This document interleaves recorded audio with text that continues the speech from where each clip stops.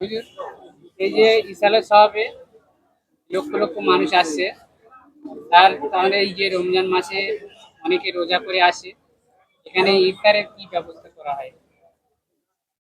এটা হচ্ছে ভারতের দ্বিতীয় মুসলিম তীর্থভূমি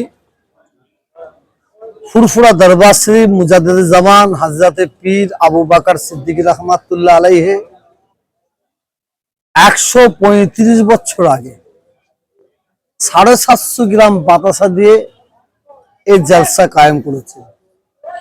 এটা কোনো মেলা নয়, এটা আপনার আমার মা বাপ, নানা নানি, দাদা দাদি, আত্মীয় স্বজন যারা দুনিয়া থেকে বিদায় নিয়ে চলে গেছেন, কোন মুমিন মুমিনাতের ঈশ্বরের সব ২০২৬ ২১-২২ ফাল্গুন আজকের দ্বিতীয় রাত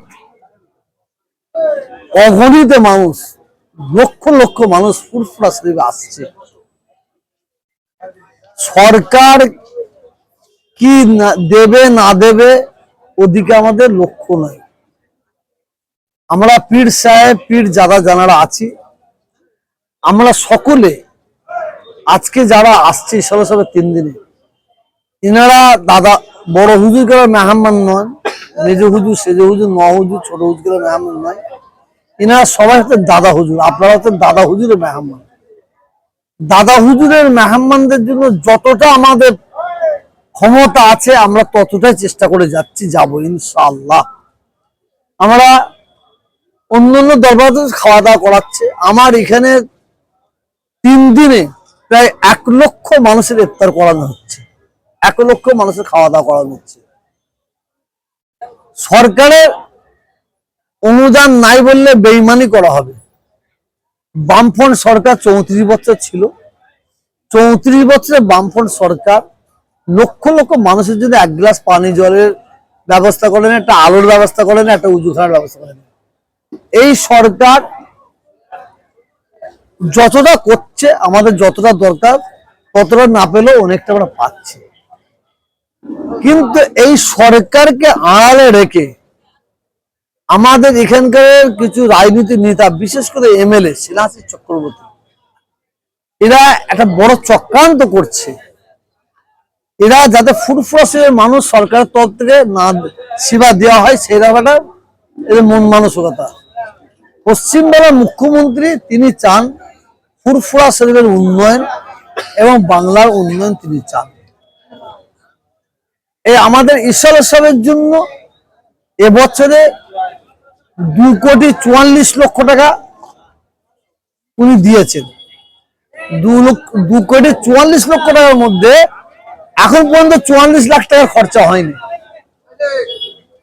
৪৪ লক্ষ টাকা খরচা হয়নি। আর গঙ্গাসাগর মেলায় আমি ২ বার গিয়েছিলাম, জানেন তো, ৪ লাখ লোক হয়, ৪টে বেশি হবে না, আমি ১ লাখ এক্সট্রা ধরলাম। ৫ লাখ মানুষের জন্য এই সরকার ২৪০ কোটি টাকা দিয়েছে, ২৪০। আর ৩০ লক্ষ ৩৫ লক্ষ মানুষের জন্য কত দিয়েছে? ২,৪৪,০০০। তার মধ্যে ৪৪ লক্ষ টাকার কাজ এখনো হয়নি। কিছু আমাদের একটা নতুন ফচকে উঠেছে, সে ফচকে অন্যরকম কথা বলছে, ওদিকে গুরুত্ব না দিয়ে আমি বাস্তব কথাটা বলছি। মানে আমরা ব্যাঙে মুদবে, ব্যাঙে পিচ্ছাপ পড়বে আর আমার কুয়া ডুববে এই আশায় আমরা নাই।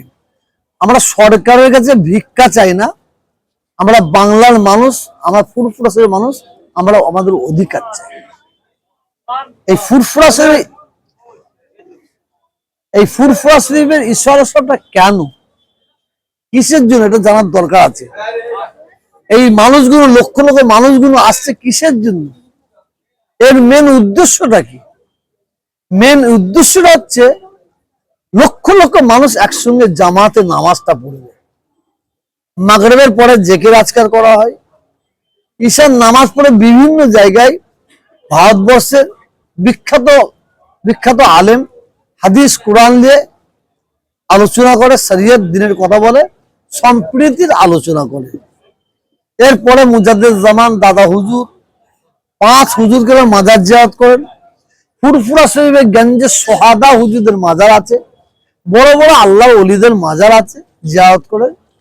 এখানে ইনাদের উদ্দেশ্য, ইনাদের যারা আসছে আজকে, এই রীতি, এই রেস্তা, এটা হচ্ছে আমাদের আত্মীয়তার রেস্তা, এটা ভালোবাসার রেস্তা। আমরা হচ্ছে দাদা হুজুরকে আওলাদের আওলাদ, আমরা হচ্ছে আটির ছেলে, আর যত ঘুরছে দিয়েছে সব কলমের ছেলে। ইনাদের মেন উদ্দেশ্য হচ্ছে দাদা হুজুরের দরবারে এসে দোয়া নেওয়া। এখানে কর্মস্থানে মানুষ যাবে, কলমা শরীফ পড়বে, দরুদ শরীফ পড়বে, কালাম শরীফ পড়বে। এখানে সবাইকে বলা হয়েছে, বারে বার বলছি, আপনারা কবর জিয়ারত করেন, কর্মস্থানের ধারে গিয়ে কালমা শরীফ, দরুদ শরীফ, কালাম শরীফ পড়ার পরে দুটো হাত তুলবেন আল্লাহ তাআলার দরবারে, কোনো কবরবাসীর কাছে নয়, কোনো কবরবাসীর কাছে নাই। তবে আল্লাহর ওলিদের ওসিলা দিয়ে যদি কেউ দোয়া চায়, ইসলামের কোনো জায়গায় বাধা নেই। কর্মস্থানের ধারে গিয়ে সেজদা করা কঠোরভাবে নিষেধ, ফুল চড়ানো, চাদর চড়ানো, আগরবাতি জ্বালানো, মান্যত করা কঠোরভাবে নিষেধ। বিশেষ করে 3টে দিন কোন মহিলাদের আসা কঠোরভাবে নিষেধ করা হয়েছে। অনেক মুনাফেক, অনেক মুসলমানদের দুশ্মন, এই ফুরফুরার দুশ্মন, তারা কিছু মহিলাকে ছেড়ে দিয়ে তারা একটা ফুরফুরার বদনাম করার চক্রান্ত করে। এই আমি দেখছিলাম কটা অমানুষ, তারা বেলা 11টার সময় ওই মাঠের ধারে গিয়ে ছবি তুলেছে।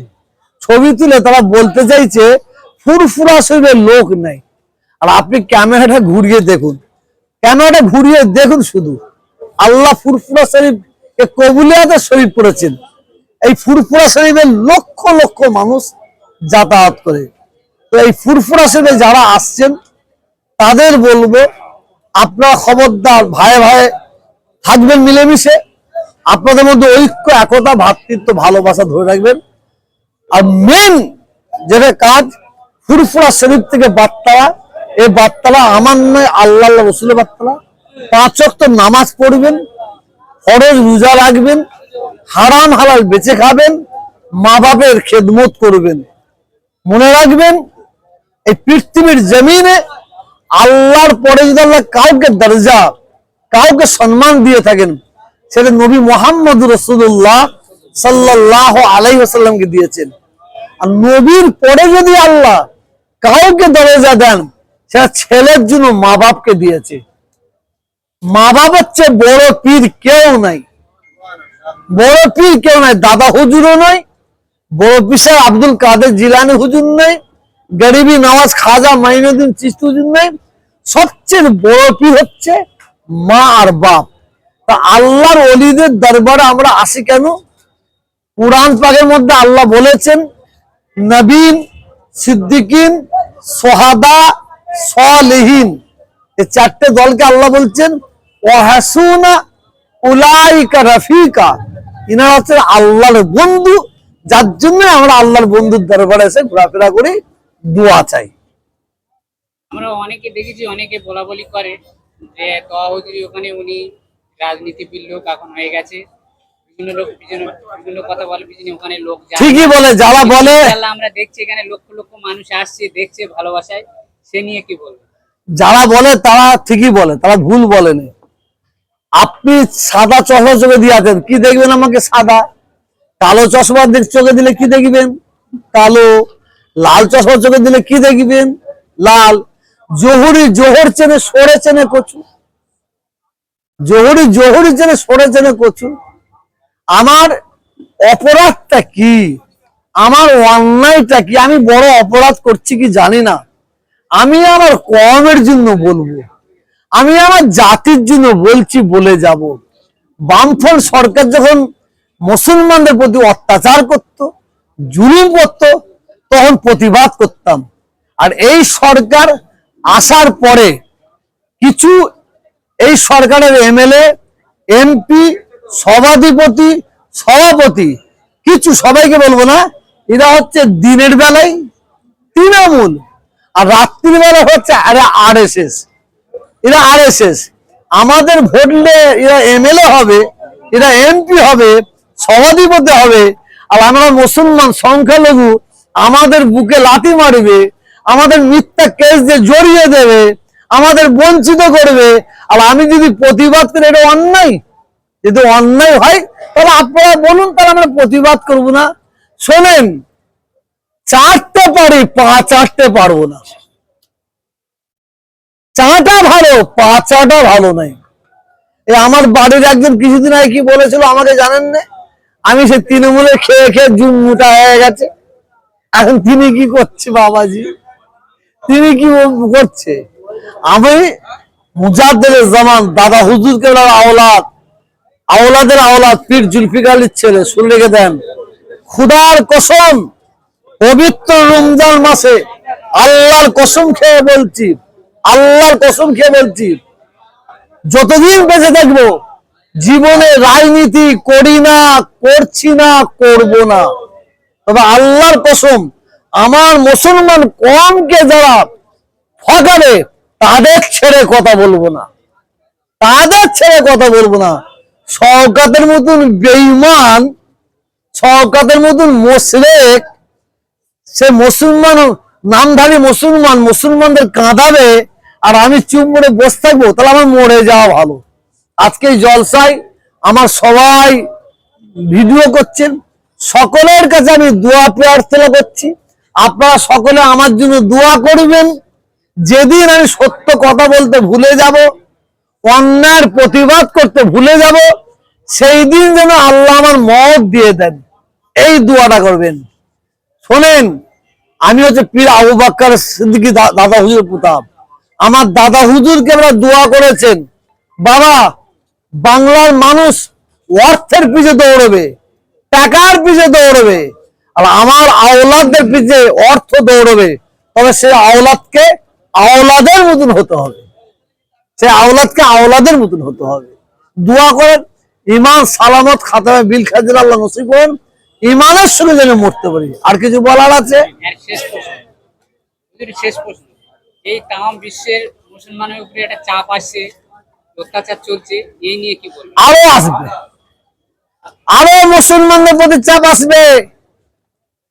এই মুসলমান আল্লাহ ভুলা হয়ে গেছে, এই মুসলমান নবী ভুলা হয়ে গেছে, এই মুসলমান কোরআন ভুলা হয়ে গেছে, এই মুসলমান আল্লাহর ঘর ভুলা হয়ে গেছে। তো এদের প্রতি আল্লাহর গজব আসবে না? এদের প্রতি আল্লাহর গজব আসবে না? এখনো অপশন আছে, এখনো অপশন আছে। আমার আল্লাহ সুযোগ দিয়ে রেখেছেন। আমার আল্লাহ বলছেন, যদি কেউ ভুল করার পরে আমি আল্লাহ আমার কাছে মাপ চাই, আমি তাদের মাপ করে দেবো। সাচ্চাই তওবা করে আমি তাদের মাপ করে দেবো। এখন আমাদের বাঁচার উপায় আছে। আমি এই দরবার থেকে আমি দোয়া চাই, প্যালেস্তাইনের মুসলমানদের আল্লাহ হেফাজত করুক, আল্লাহ ইরানের মুসলমানদের হেফাজত করুক, ইরাকের মুসলমানদের হেফাজত করুন, ভারতের মুসলমানদের হেফাজত করুন, সারা বিশ্বের মুসলমানদের যেন আল্লাহ হেফাজত করেন। আর আমাদের দেশে হিন্দু, মুসলমান, শিখ, ঈসাই বসবাস করে। আল্লাহ যেন আমাদের মধ্যে ঐক্য, একতা, ভ্রাতৃত্ব, ভালোবাসা দান করেন, এই দোয়া করি। আর আমরা সকলে মিলে দোয়া চাই, আল্লাহ আল্লাহ রাব্বুল আলামিন আমেরিকার ওই ট্রাম্পকে যেন আল্লাহ ধ্বংস করে দেয়, বলুন আমিন। জোরে বলবেন না? আরো জোরে বলবেন না? ইসরায়েলের ওই রাষ্ট্রপতিকে আল্লাহ যেন ধ্বংস করে দেয়, বলুন আমিন। ওরা ইসলামের দুশ্মন নয়, ওরা মানুষের দুশ্মন, ওরা মানুষের দুশ্মন।